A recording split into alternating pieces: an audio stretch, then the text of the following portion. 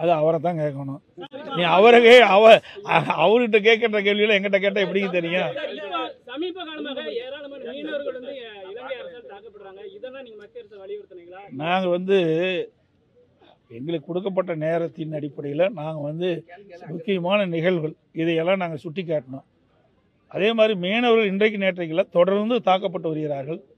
அந்த மீனவர்களை காக்க வேண்டும், மீனவர்கள் எந்த விதத்திலும் பாதிக்கக்கூடாது என்று நாங்கள் ஆட்சியில் இருக்கின்ற போதும் சரி, அம்மா ஆட்சியில் இருக்கின்ற பொழுதும் சரி தொடர்ந்து வலியுறுத்தி இருக்கின்றோம்.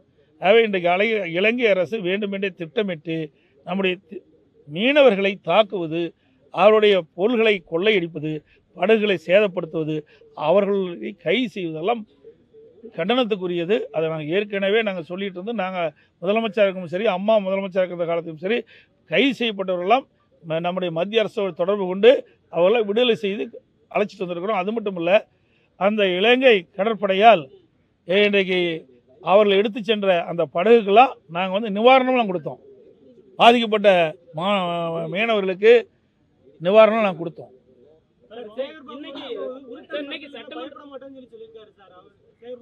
யாருக்கு உருட்ட மிரட்டல? எங்க உருட்ட மிரட்டல? நாங்கள் என்ன ஆட்சியிலே இருக்கிற உருட்ட மிரட்டல? ஆட்சிக்கு வந்தால் உருட்ட மிரட்டல அப்போ பதில் சொன்னால் சரியா இருக்கு. நாங்கள் ஆட்சியிலே இருக்கிறோம், எதிர்கட்சி தாங்க இருக்கிறோம். எதிர்கட்சியிலே உருட்டல் மிரட்டலுக்கு இப்படி இருந்த ஆளுங்கட்சியானா என்ன ஆகுறது?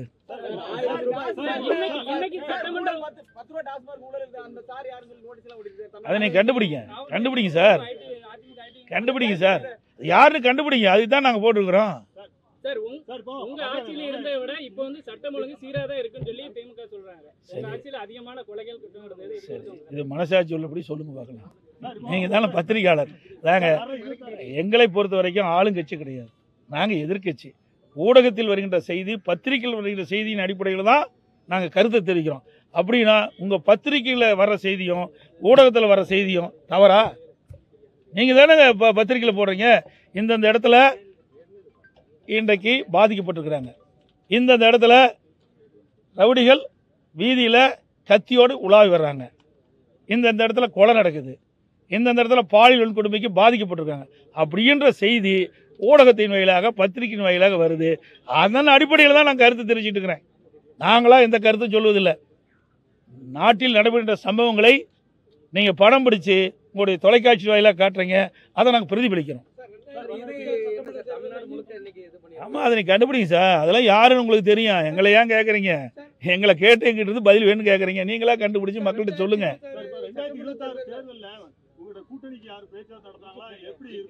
சார், 2026 நாள் எவ்வளோ நாள் இருக்குது? ஏன்னா 11 மாத காலம் இருக்குது. 11 மாத காலத்திற்கு முன்பு எந்த செய்தி சொன்னாலும் அது நிலைக்காது, புரியுதுங்களா? அதனால் கூட்டணி அமைக்கின்ற பொழுது பத்திரிகையாளர்களும் செய்தியாளர்களும் அழைத்து நிச்சயமாக தெரிவிப்போம், புரியுதுங்களா? தேர்தல் நெருங்குகின்ற பொழுது கூட்டணி பேச்சுவார்த்தை நடைபெறும், நிச்சயமாக நடைபெறும். அப்படி நடைபெறுகின்ற பொழுது உங்களுக்கு முழுமையான தகவல் கொடுக்கப்படும்.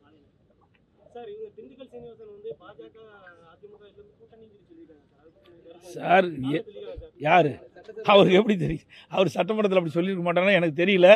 அவர் நாங்கள் கேட்டு தான் பார்க்கணும். அப்படியெல்லாம் இது வரைக்கும் இல்லை. அவர் ஏதோ ஒரு நீங்கள் ஏதாவது கமெண்ட்டுக்கு முன்னாடி மைக்கை போட்டு இடிக்கிறீங்களா மோஞ்சி முகத்தில்? என்ன பண்ணுறது? அவர் அப்புறம் அந்த சிந்தனையில் ஏதாவது சொல்லியிருப்பாங்க, புரியுதா சார்? அதுதான் சொல்லணேன். அனைத்து இந்திய அண்ணா திராவிட முன்னேற்ற கழக கட்சியை பொறுத்த வரைக்கும் திராவிட முன்னேற்ற கழகத்தை தவிர மற்ற எந்த கட்சியும் எங்களுக்கு எதிரி அல்ல, புரியுதுங்களா? அதனால் தேர்தல் நேரத்தில் யாரெல்லாம் ஒத்த கருத்துடைய கட்சிகள் எங்களோடு இணைகின்றார்களோ அவரெல்லாம் சேர்த்திங்க. ஏங்க, இப்போ தேர்தல் 11 மாதம் இருக்குதுங்க. ஆட்சி பிடிக்கணும்னா அப்புறம் எவ்வளோ இடம்னு பார்த்துக்கங்களேன். ஆட்சிக்கு எவ்வளோ இடம் தேவை, அதுக்கு மேல் பல இடங்கள் அதிகமாக கிடைக்கும். திராவிட முன்னேற்ற கழகத்தில் அன்றாட சம்பவங்கள் தயவு செய்து பத்திரிகை ஊடகத்தில் போடுங்க. நாங்கள் பேசுகிறது கொஞ்சம் நேரம் போடுறீங்க, மறுபடியும் போடுறதில்ல, பேட்டி மட்டும் கேட்குறீங்க, உடனே ஃபோன் ஆஃப் பண்ணிக்கிறீங்க, அப்படியே அதை எடிட் பண்ணிட்டுருக்கீங்க. அதனால் உண்மை நிலவரத்தை மக்கள்கிட்ட நீங்கள் போய் வெளிப்படையே சொல்லணும். நடுநிலையோட ஊடகம் பத்திரிகையும் செயல்பட வேண்டும் என்பது எங்களுடைய கோரிக்கை. எங்களுக்கு ஆதரவாலாம் நீங்கள் செயல்படணும்னு கேட்கவே இல்லை. நாட்டில் நடைபெறுகின்ற நிகழ்வுகளை, உண்மைத்தன்மையை மக்களுக்கு எடுத்து செல்லுங்கள். அதுதான் இன்றைக்கி தமிழகத்தில் சட்ட ஒழுங்கு எந்த அளவுக்கு சீர்கெட்டிருக்கு என்பது உங்களுக்கு அத்தனை பேருக்கு தெரியும். இன்றைக்கு பள்ளியில் படிக்கிற சிறுமிகளுக்கு கூட இந்த ஆட்சியில் பாதுகாப்பு கிடையாது.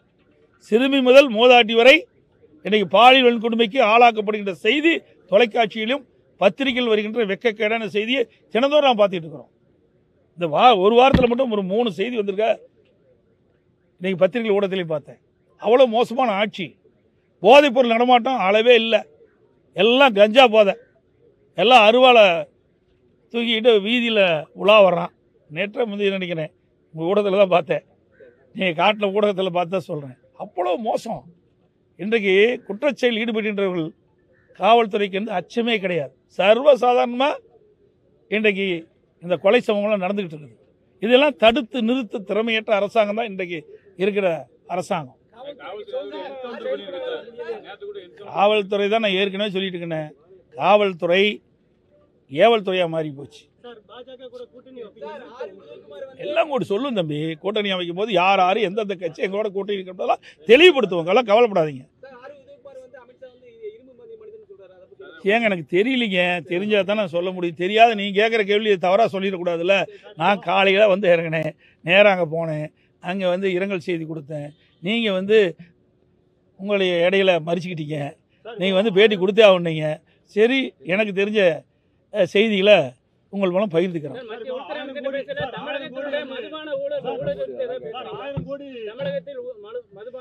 ஏங்க மத்திய அரசின் கட்டுப்பாட்டில் தான் அமலாக்கத்துறை இருக்குது. அவர் தான் உங்கள் ஊடகத்தின் வாயிலாக பத்திரிகைகளில் செய்தி வெளியிட்டாங்க. அதை உண்மைத்தன்மையை கண்டறிந்து யார் குற்றம் செய்யப்பட்டார்களோ அவர்கள் மீது கடும் நடவடிக்கை எடுக்க வேண்டும் நாங்கள் வலியுறுத்தி இருக்கிறோம். அனைத்து ஊடகங்களுக்கும் பத்திரிகைகளுக்கும் வணக்கம்.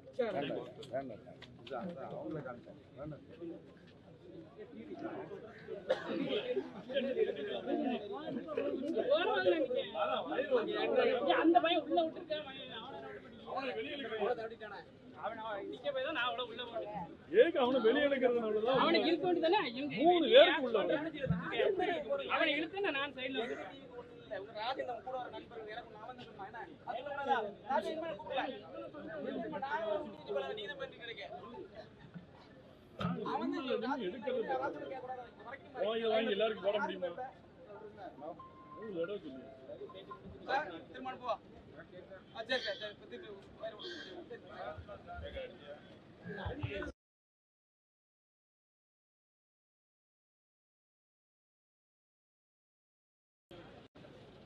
இடத்துல நின்று மணிங்க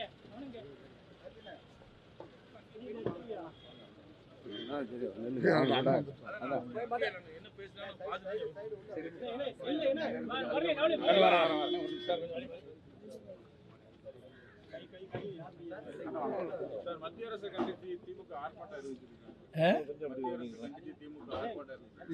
அது அவங்க கட்சி தான் நீங்க கேட்கணும். எங்களை கேட்டால் நாங்கள் என்ன சொல்றது? நாங்கள் தான் சொல்லலாமா, பேசலாமா?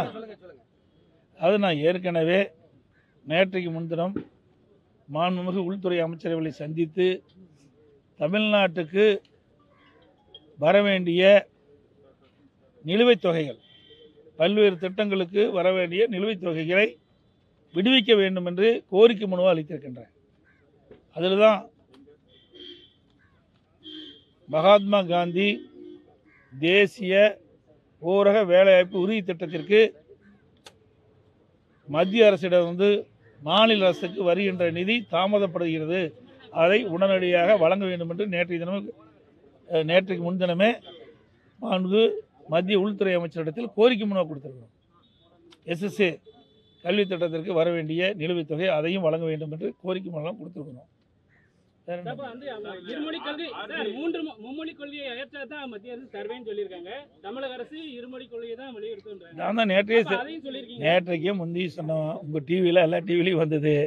ஏன்னா ஏற்கனவே அனைத்து இந்திய அண்ணா திராவிட முன்னேற்றக்கூடிய கொள்கை இன்றைக்கு பேர் அண்ணா காலத்திலும் சரி, பொன்மனச்செம்மல் புரட்சித் தலைவர் எம்ஜிஆருடைய காலத்திலும் சரி, மாண்புமிகு அம்மாவுடைய காலத்திலும் சரி, தமிழகத்தில் இருமொழி கொள்கை தொடர வேண்டும் என்ற நிலைப்பாடு, அதையே தொடர வேண்டும் என்று அவருடைய வலியுறுத்தி மனு கொடுத்துருக்கிறோம். இப்போ தப்பா நான் வந்திருக்கிறேன். உங்களோட தான் நானும் இப்போ தான் வந்தேன். எதையும் பார்க்கல, பார்த்துட்டு சொல்கிறேன். அவர் எப்போ வேணால் பேசிட்டே தான் இருக்கிறாரு. அதெல்லாம் சாத்தியமே கிடையாது. பிரிஞ்சது தான்.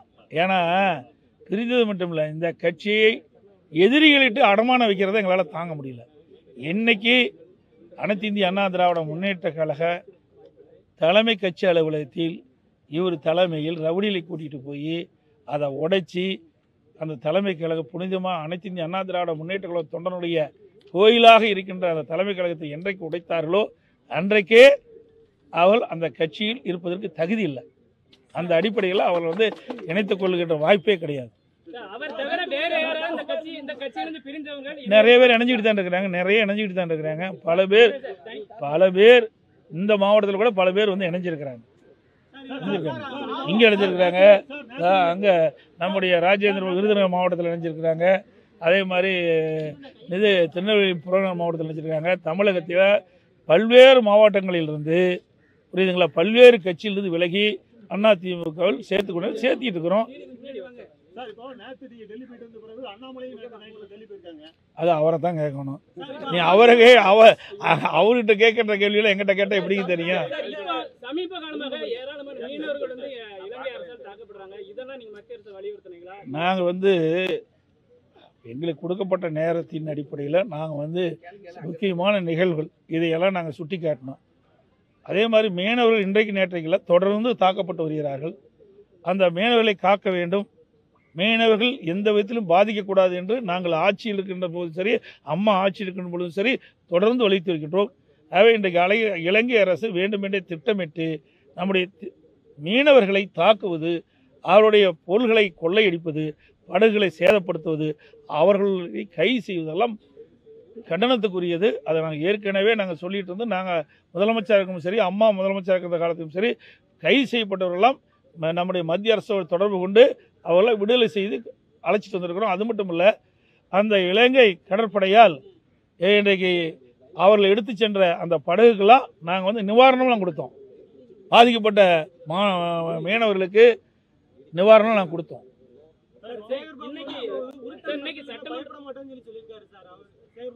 யாருக்கு உருட்ட மிரட்டல? எங்க உருட்ட மிரட்டல? நாங்கள் என்ன ஆட்சியிலே இருக்கிற உருட்ட மிரட்டல? ஆட்சிக்கு வந்தால் உருட்ட மிரட்டல அப்போ பதில் சொன்னால் சரியா இருக்கு. நாங்கள் ஆட்சியிலே இருக்கிறோம், எதிர்கட்சி தாங்க இருக்கிறோம். எதிர்கட்சியிலே உருட்டல் மிரட்டல் இருக்கு. இப்படி ஆளுங்கட்சியானா என்ன ஆகுறது?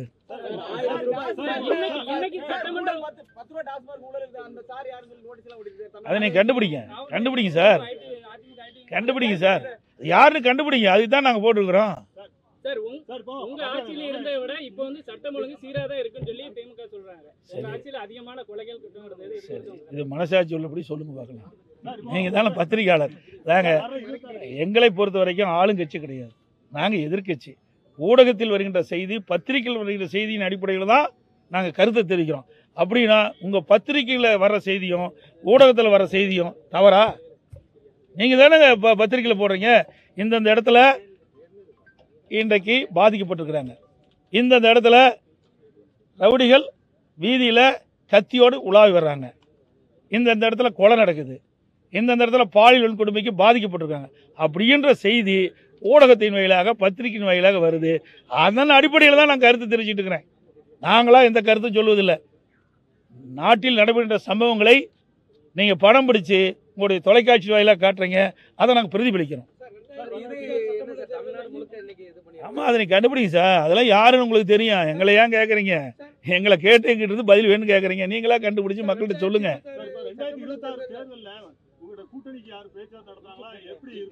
சார். 2026 நாள் எவ்வளோ நாள் இருக்குது? ஏன்னா 11 மாத காலம் இருக்குது. 11 மாத காலத்திற்கு முன்பு எந்த செய்தி சொன்னாலும் அது நிலைக்காது, புரியுதுங்களா? அதனால் கூட்டணி அமைக்கின்ற பொழுது பத்திரிகையாளர்களும் செய்தியாளர்களும் அழைத்து நிச்சயமாக தெரிவிப்போம், புரியுதுங்களா? தேர்தல் நெருங்குகின்ற பொழுது கூட்டணி பேச்சுவார்த்தை நடைபெறும், நிச்சயமாக நடைபெறும். அப்படி நடைபெறுகின்ற பொழுது உங்களுக்கு முழுமையான தகவல் கொடுக்கப்படும்.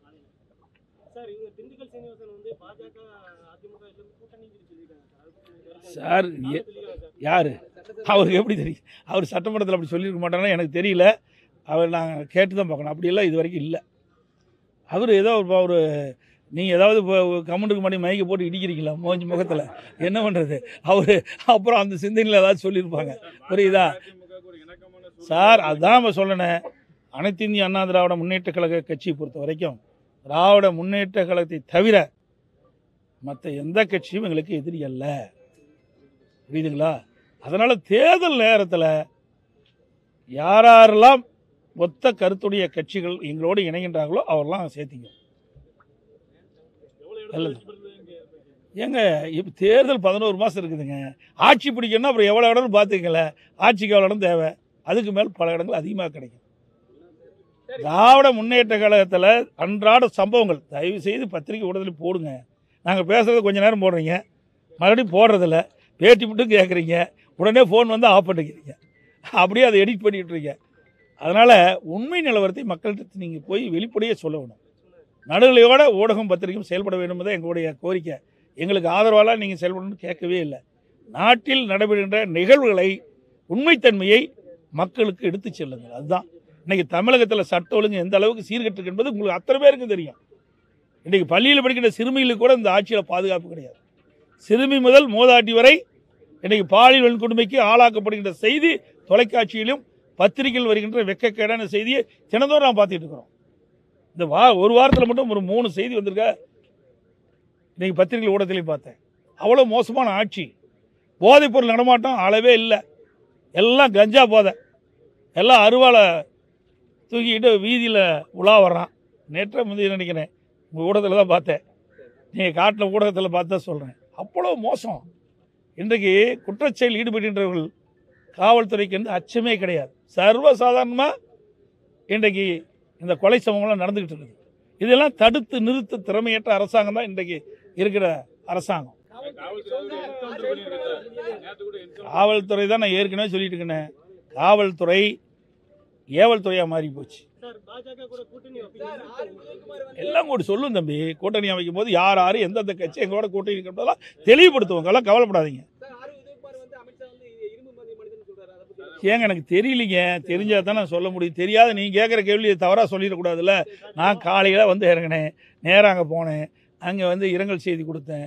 நீங்கள் வந்து உங்களுடைய இடையில மறிச்சுக்கிட்டீங்க, நீங்கள் வந்து பேட்டி கொடுத்தே ஆகணுங்க. சரி, எனக்கு தெரிஞ்ச செய்திகளை உங்கள் மூலம் பகிர்ந்துக்கிறேன்.